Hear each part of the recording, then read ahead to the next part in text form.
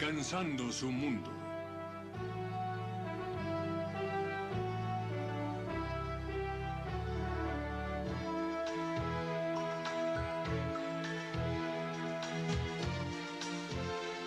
Sesión 1. Descubriendo su mundo.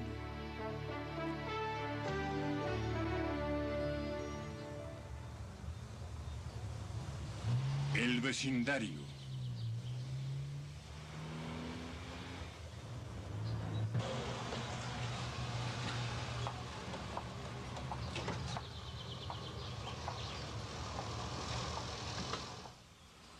Querida, no vi mi traje gris en el closet. Lo necesito mañana. Todavía está en la lavandería. Lo iré a recoger.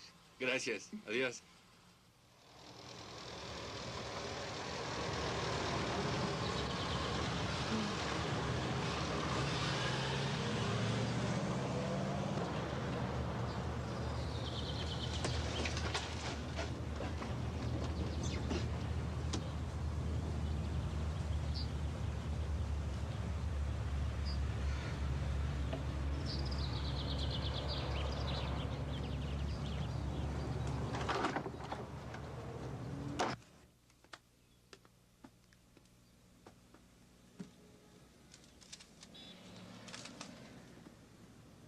Buenos días.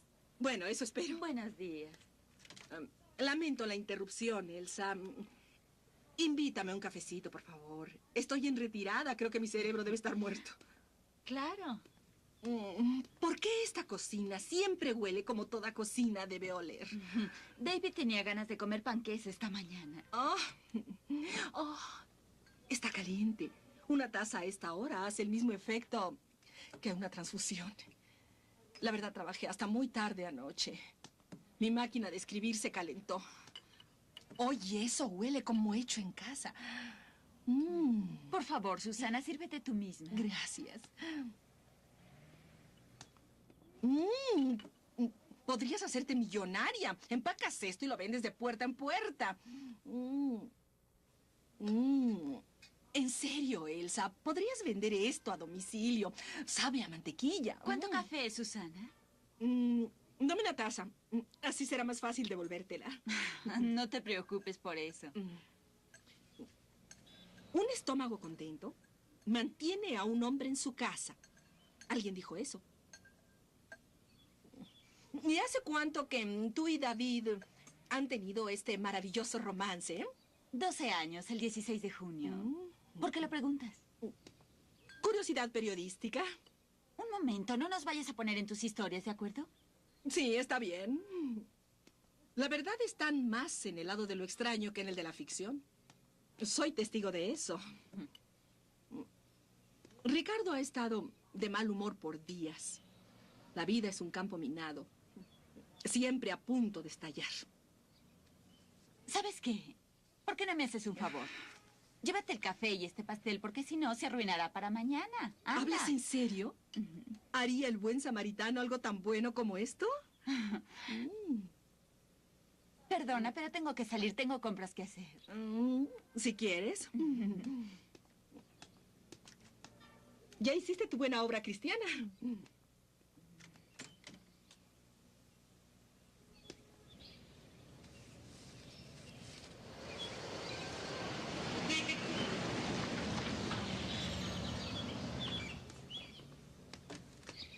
Hola, David. Hola, Ricardo. Ten cuidado, David. Daña tu imagen. Nadie compra seguros de alguien que tiene las uñas sucias. Pero se siente bien. Las mías tienen grasa desde la secundaria. ¿La grasa se convierte en dinero en el negocio de reparación de autos? Sí, es lo que dicen. Los autos se mantienen alineados, pero las cuentas no. ¿Sabes, David? Pensaba el otro día.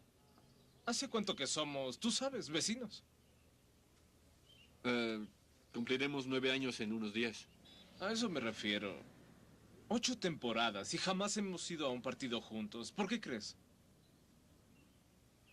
No lo sé, Ricardo. ¿Diferentes prioridades? No niegas que te he invitado. No. Son los domingos y eso significa iglesia. ¿No crees que ya es tiempo de que te asciendan a la vicepresidencia? No, ni siquiera estoy cerca.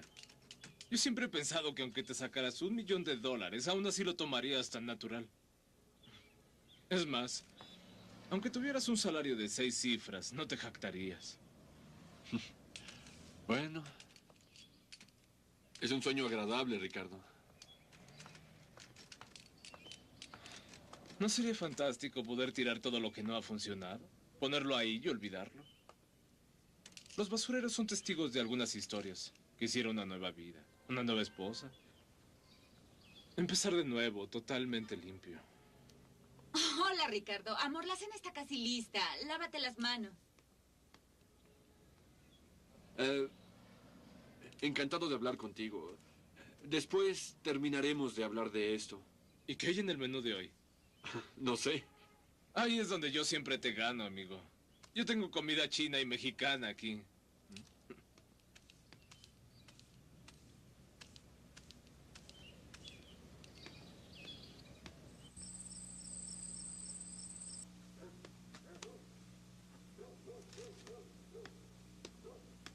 ¿Quieres un poco más? Sí, gracias.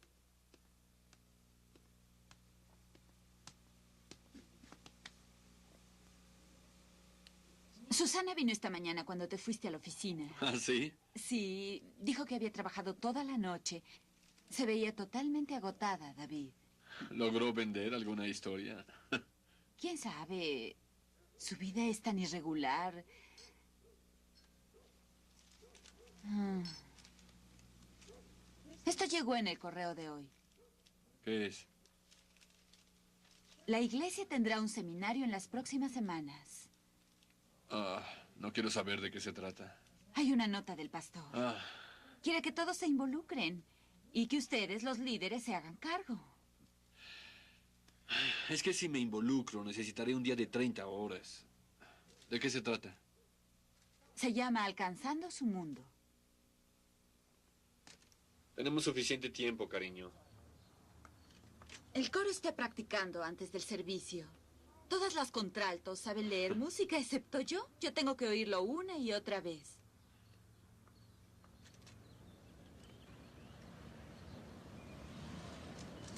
¿Puedes creerlo? Latas de cerveza, cajas de pizza. Hasta ropa. ¿Cómo puede uno ganarse el respeto? Limpiarán esto hasta después del mediodía. Necesitamos unas paredes. Altas paredes alrededor de la casa.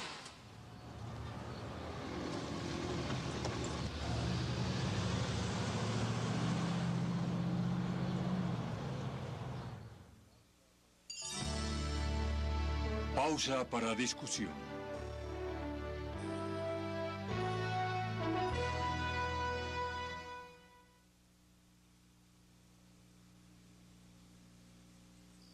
Descubriendo su mundo, con el doctor Bill Bright.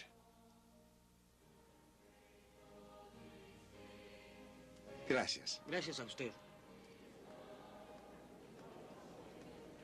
Hola.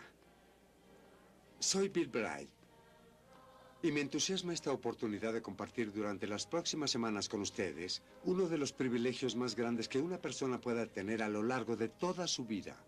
Quiero ayudarles a descubrir cómo compartir su fe en Cristo, con confianza y éxito dentro de una gran libertad personal. Y les prometo que cuando hayamos completado esas sesiones, ustedes podrán hacerlo sin alejar a las personas que los rodean y sin tener que aparentar ser alguien que no son. Comencemos. ¿Les parece? Dar testimonio de Cristo es algo a lo cual la mayoría nos resistimos. Meterse en la vida de otros pareciera ser amenazante y evidentemente osado. Tenemos temor de ofender a nuestros amigos, de avergonzarlos, o tal vez el peor de todos los miedos, el de parecer fanáticos. Ahora, yo sentí todas esas cosas. Dar testimonio de Cristo nunca fue en mí natural o algo muy fácil de hacer. Yo por naturaleza soy una persona tímida. Y además reservada. Y probablemente nunca le habría hablado a nadie del Señor si hubiera seguido mi inclinación natural. Esto es a lo que el Señor se enfrentó cuando en 1951 llamó a un joven y tímido hombre de negocios a empezar un ministerio evangelístico en la Universidad de Los Ángeles. El ministerio creció para llegar a ser el Ministerio Internacional, Cruzada Estudiantil y Profesional para Cristo.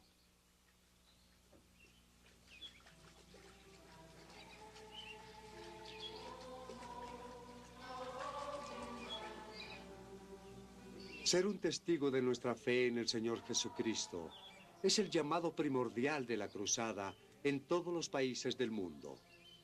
Dios en su palabra ha dicho tan claro como el cristal que cada cristiano debe ir, proclamar y hacer discípulos en todas las naciones.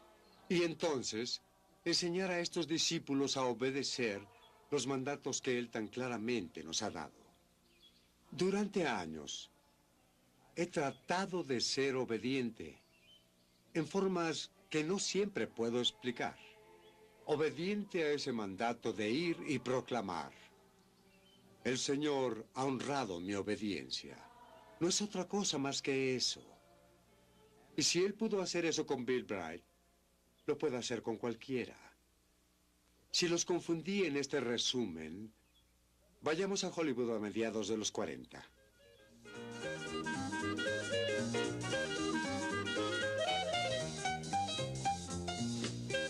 Los Estados Unidos estaban involucrados profundamente en la Segunda Guerra Mundial. Yo había estado tratando de enlistarme desde el bombardeo de Pearl Harbor. Todos mis amigos de la fraternidad, 3 hermanos y un cuñado, estaban en el servicio militar. Yo tenía un tímpano perforado. Era la razón por la que siempre me rechazaban. Pero tenía la idea de que todos en California podían ser reclutados. Todo lo que uno tenía que hacer era presentarse.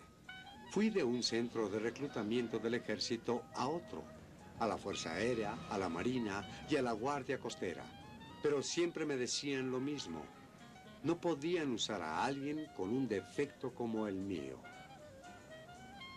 Sentí que el ritmo de la ciudad era un gran desafío. Obviamente era un ritmo más rápido que el de Oklahoma. Pero decidí que si no podía hacer carrera militar, entonces tendría que luchar por una posición en el mundo de los negocios. Era agnóstico. No sabía si Dios realmente existía, y no me importaba mucho. Siempre había vivido con la filosofía de mi padre. Siempre me había funcionado en mis años en la universidad y funcionaría en Los Ángeles. Un hombre puede lograr cualquier cosa que quiera si está dispuesto a trabajar duro y hacer los sacrificios que sean necesarios. Yo tenía el signo del dólar en mis ojos e iba a probar que podía triunfar en los negocios. Había una crítica falta de alojamiento. Los departamentos y casas eran casi imposibles de comprar o alquilar. Así que la gente era incitada a ser patriótica y rentar dormitorios en sus casas. Yo encontré un lugar en la casa de una pareja de ancianos en la calle de San Carlos, donde ahora atraviesa la autopista de Hollywood. Los Johnson estaban en los 80. Eran amables y afectuosos. Tal vez asistieron gran parte de su vida a la misma iglesia y naturalmente me invitaban a que fuera con ellos. Yo no tenía el menor interés, pero les agradecí su invitación. Ahora que reflexiono, puedo ver 2 principios importantes en acción, siempre ahí. Entonces eran válidos y todavía lo son. Primero, los Johnson de inmediato me vieron a mí, su nuevo huésped, como parte de su mundo. Y segundo, ellos plantaron en mi mente la idea de asistir a la iglesia. Jamás me presionaron al punto de hacerme sentir incómodo, solo que no estaba interesado. Estoy convencido de que podemos plantar la semilla, usted y yo. Plantar esa idea en la mente de una persona, y esa idea quedará grabada allí. Y sé que algún día, seguramente, germinará.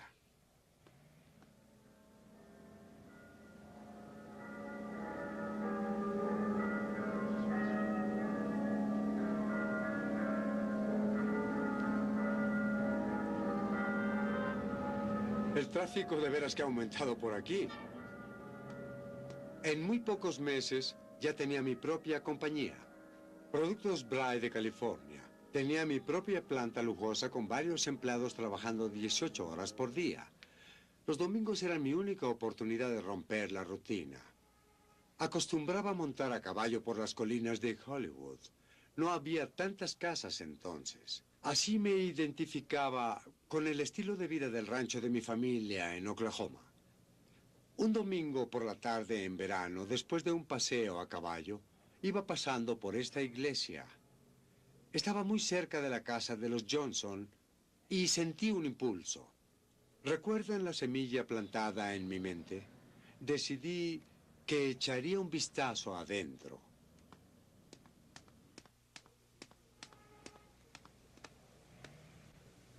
Debía haber olido a caballo. Pero no había planeado quedarme. Deseaba que nadie se diera cuenta de mi presencia.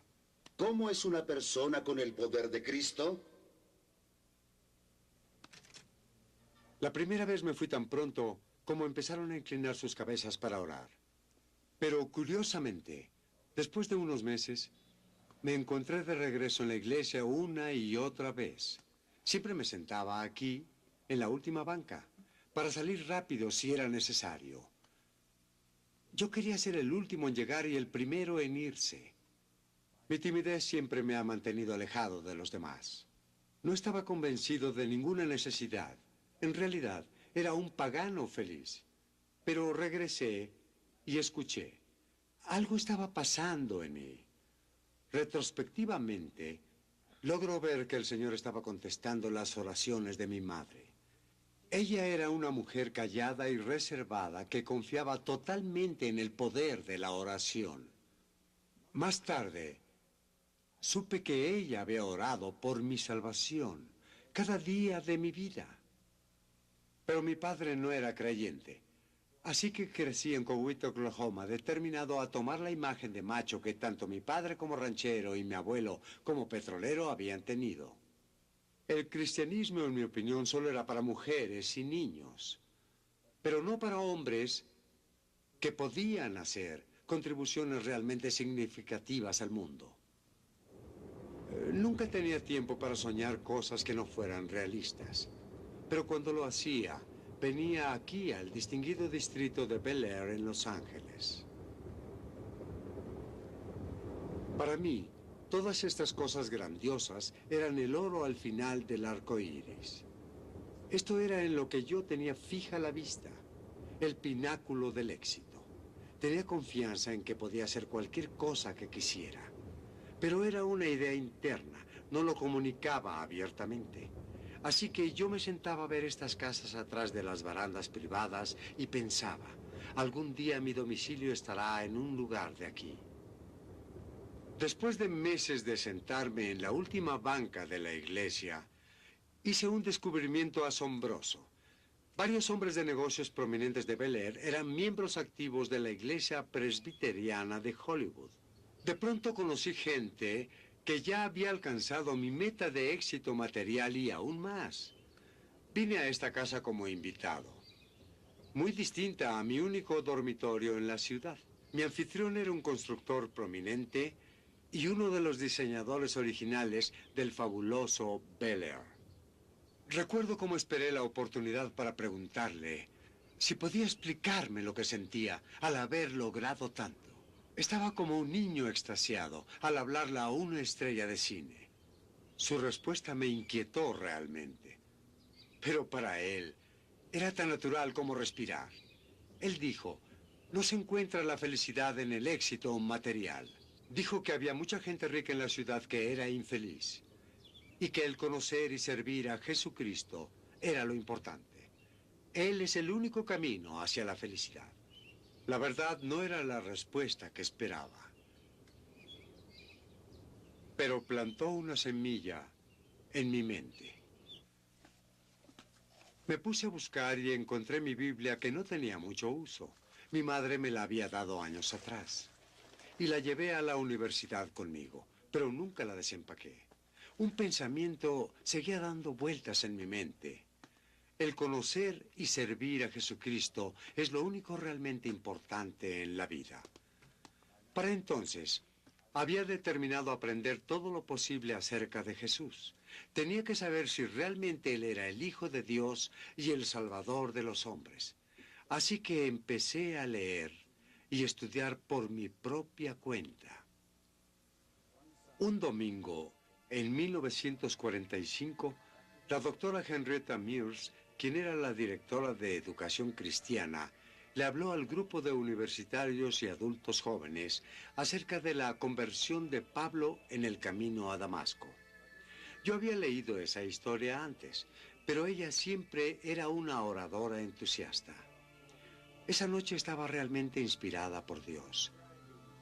Ella describió a un joven ambicioso que estaba decidido a acabar con esa herejía del mundo llamada cristiandad. Nos contó cómo Saulo se convirtió en Pablo y cayó de su caballo. Era algo con lo que podía identificarme. Y cómo había sido cegado por la luz brillante. Y en su miedo había hecho la pregunta: ¿quién eres, Señor? ¿Y qué es lo que esperas que haga? La señorita Mears dijo que esa era la pregunta más importante que podíamos hacerle a Dios, incluso hoy día. No muchos de nosotros nos convertimos de una manera tan dramática y emotiva como Pablo, pero las circunstancias en sí no importaban. Lo importante era cómo responde Dios a esa pregunta tan seria de ¿quién eres, Señor? ¿Y qué es lo que esperas que haga?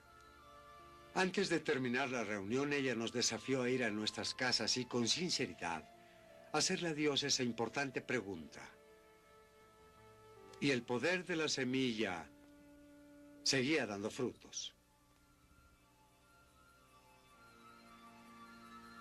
Ya tarde esa noche, me enfrenté a Dios con la pregunta de Pablo. En cierta forma, era mi oración de salvación. No muy profundamente teológica, pero el Señor conocía mi corazón. A través de mi estudio comprendí que Cristo era el Hijo de Dios y que había muerto por mis pecados. Supe que si lo invitaba a entrar en mi vida, Él lo haría. No recuerdo nada dramático o emotivo mientras oraba, pero Jesús entró en mi vida y empezó a crecer en mí un nuevo compromiso y amor por Él. Siempre me consideré como alguien moral y bueno, pero poco a poco empecé a darme cuenta de que era un pecador y de lo maravilloso que era el perdón del Salvador. Pero Dios nunca me quitó la timidez. Tal vez mi naturaleza reservada era mi aguijón en la carne. Muchos me han dicho a lo largo de los años que la gente espera que el fundador y presidente de un ministerio evangélico internacional sea alguien dotado por Dios de un enorme don de gente, extrovertido y platicador. Si eso es cierto, creo que yo no logro calificar. Tal vez Dios sabía que si el testificar me fuese fácil, yo podía pensar que eran mis propias técnicas y no la influencia de su poder lo que atrae a la gente a su reino. De esa manera, Él se aseguró de que yo siempre dependiera de Él. Y así es como Él quiere que suceda, seamos o no introvertidos. Antes de que dejemos esta hermosa iglesia que guarda recuerdos personales tan poderosos para mí, déjenme contarles acerca de mi primera experiencia testificar del Señor. Byrne era un destacado hombre de negocios. Entonces todavía me atraían los ganadores. Él empezaba a asistir a la iglesia. Traté de ganarme su amistad y un sentimiento vino a mí. Algo en mi interior me decía que le hablara del Señor, pero no tenía idea de qué decir. Pensé que nuestro ministro, el doctor Luis Evans, lo conozca, o la señorita Mears. Ellos sí pueden convencerlo. Eran buenos para esas cosas. Yo probablemente arruinaría todo. Pero no lograba deshacerme de la idea de que por alguna razón el Señor quería que yo lo hiciera. Byrne es muy inteligente, pensé en mi auto camino a casa. Me hará preguntas que nunca podré responder. O solo dirá, no, gracias, Bill. Y la verdad, me voy a sentir muy triste. Es increíble ver cuán lógicos somos para justificar nuestra desobediencia. En ese momento parecían ser argumentos válidos, pero algo me seguía recordando a Mateo 4, versículo 19.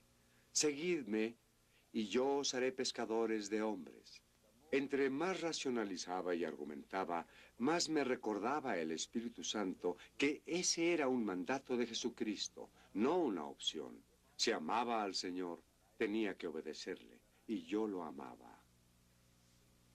Mi momento de la verdad vino afuera de esta iglesia en la calle de San Carlos. Bern había estacionado su auto al final de esta calle e insistía en llevarme a casa. Le expliqué que estaba a una distancia corta a pie, pero él no aceptaba un no como respuesta. Yo sabía que era el momento. Aún ahora, años después, mi corazón se acelera al recordarlo. Sentía la boca seca mientras compartía con él mi historia. Y le preguntaba si quería recibir a Jesús en su vida. Interpreté su silencio como indecisión. Aproveché ese momento y abrí mi Biblia para leerle pasajes que revelan nuestra necesidad de Dios y explican cómo recibir a Cristo como Señor y Salvador personal. ¿Cuál sería mi sorpresa al ver que Bern estaba preparado para este momento como una fruta totalmente madura? Y oró conmigo justo ahí en el auto, pidiéndole al Señor Jesús que perdonara sus pecados y entrara en su vida. El Señor tenía planes especiales para Bern, planes que no existían ni en la mayor de mis fantasías. Poco después de convertirse, él renunció a su posición prestigiosa en el mundo de los negocios y entró en un seminario. Ha sido ministro por más de 35 años, ayudando a otros miles a confiar en Cristo y a crecer en su caminar con él. Gracias a Bern, Bill Bright empezó a aprender la obediencia. Probablemente muchos de ustedes hubieran estado tan nerviosos como yo lo estuve al empezar a compartir mi fe. Pero mis experiencias tempranas me enseñaron que no se debe esperar a sentirse experto para hacerlo. Puedo asegurarles que no fue mi pericia la que llevó a Bern y más tarde a mi padre y a otros miembros de mi familia al Señor. Simplemente era el hecho de que yo honestamente quería obedecer a Dios, quien me dirigía a compartir mi fe con ellos. Al principio yo era torpe. En realidad se podría decir que en aquellos días yo era un analfabeta espiritual. Mi conocimiento de Dios y de la Biblia habría cabido en su bolsillo, dejando lugar para sus llaves y su billetera. Pero el Señor hizo su voluntad a pesar de todo eso. Nos volveremos a ver. Pero antes quisiera que se preguntara dos cosas. Primero, si como cristianos tenemos disponible el regalo más grande para todos los habitantes del planeta Tierra y servimos al Señor viviente que murió por nosotros y nos dio la seguridad de una vida eterna, ¿por qué no compartimos estas buenas nuevas? ¿Por qué es que ni siquiera pensamos dos veces antes de discutir nuestros puntos de vista políticos? Las victorias de nuestros equipos deportivos favoritos, nuestro programa de ejercicios, nuestras cuentas por pagar o nuestras telenovelas favoritas. Las gracias de nuestros hijos, chismes del trabajo o cualquier otra cosa. Pero callamos. Cuando se trata de discutir la noticia más grande que jamás ha habido. Y segundo, solo piensa en esto. ¿Quiénes son las personas que componen su mundo? ¿Quién influye en su vida diaria? ¿Es alguien del trabajo? ¿O su cajera favorita en el supermercado? ¿O los vecinos al lado o de la esquina? Todo lo que tenías que hacer era pasar por mí. Sí, claro, estaba trabajando y perdí la noción del tiempo, ¿de acuerdo? No es lo único que has perdido. Oye, ¿quieres un inventario? ¡Ey! Tengo una lista de lo que me has hecho. Esta semana le pido que haga esta oración especial. Señor, hazme verdaderamente consciente de mi mundo. Jesús dijo en Juan capítulo 10, versículo 10, yo he venido para que tengan vida y para que la tengan en abundancia. Habrá muchas aventuras por venir. Pausa para taller de trabajo. Sesión 1.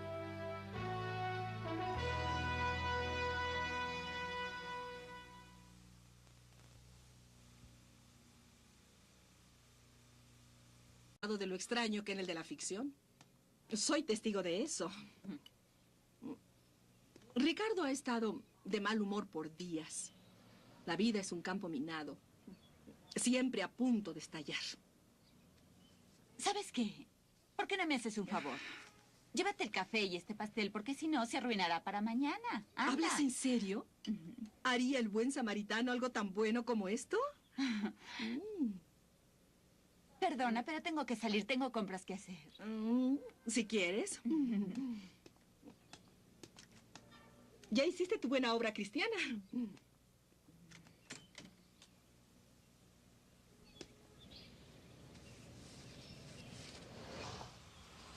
Querida, no vi mi traje gris en el closet. Lo necesito mañana. Todavía está en la lavandería. Lo iré a recoger.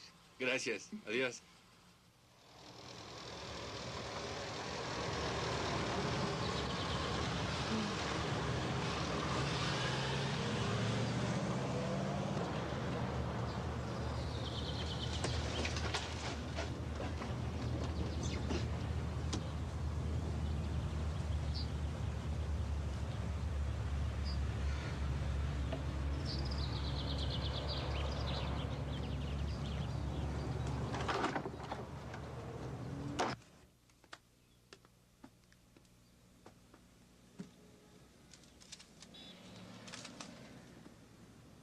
Buenos días. Bueno, eso espero. Buenos días. Lamento la interrupción, Elsa. Invítame a un cafecito, por favor. Estoy en retirada. Creo que mi cerebro debe estar muerto. Claro. ¿Por qué esta cocina siempre huele como toda cocina debe oler? David tenía ganas de comer panqués esta mañana. Oh, está caliente. Una taza a esta hora hace el mismo efecto que una transfusión. La verdad, trabajé hasta muy tarde anoche. Mi máquina de escribir se calentó. Oye, eso huele como hecho en casa. Por favor, Susana, sírvete tú misma. Gracias. Podrías hacerte millonaria. Empacas esto y lo vendes de puerta en puerta. En serio, Elsa, podrías vender esto a domicilio. Sabe a mantequilla. ¿Cuánto café, Susana? Dame una taza. Así será más fácil devolvértela. No te preocupes por eso. Un estómago contento mantiene a un hombre en su casa. Alguien dijo eso. ¿Y hace cuánto que tú y David han tenido este maravilloso romance? 12 años, el 16 de junio. ¿Por qué lo preguntas? Curiosidad periodística. Un momento, no nos vayas a poner en tus historias, ¿de acuerdo? Sí, está bien. La verdad están más en el...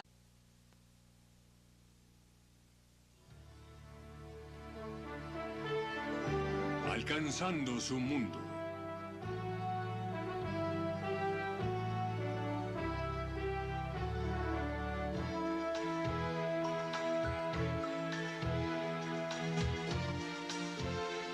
Sesión 1. Descubriendo su mundo.